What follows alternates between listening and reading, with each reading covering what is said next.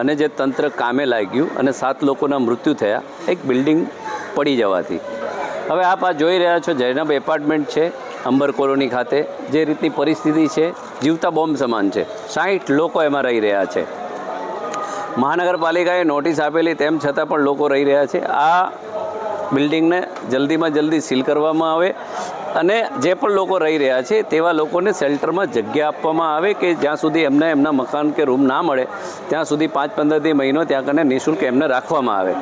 કેમ કે 50થી 60 લોકો રહેવાવાળા લોકો પણ પોતાના જીવને કેટલું જોખમ છે એ સમજતા નથી। તમારી જિંદગીથી વધારે કશું નથી। અહીંયા પડોશીઓ પણ પરેશાન છે કે આવો કોઈ હાદસો બને તો આપણે હેરાન થઈ જઈએ, એના કરતાં સ્વૈચ્છિક એમણે ખાલી કરીને પોતાના મકાન બીજી જગ્યાએ શોધી લેવા જોઈએ।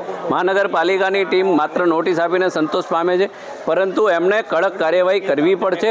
નહીં કરે તો મોટો હાદસો થવાની બિલકુલ સંભાવનાઓ દેખાઈ રહી છે અને હાદસો થયા પછી જો એનો કોઈ મતલબ નથી। એના કરતાં પહેલાં આપણે જીવ બચે તો એ કામ આપણે બધાએ કરવું જોઈએ।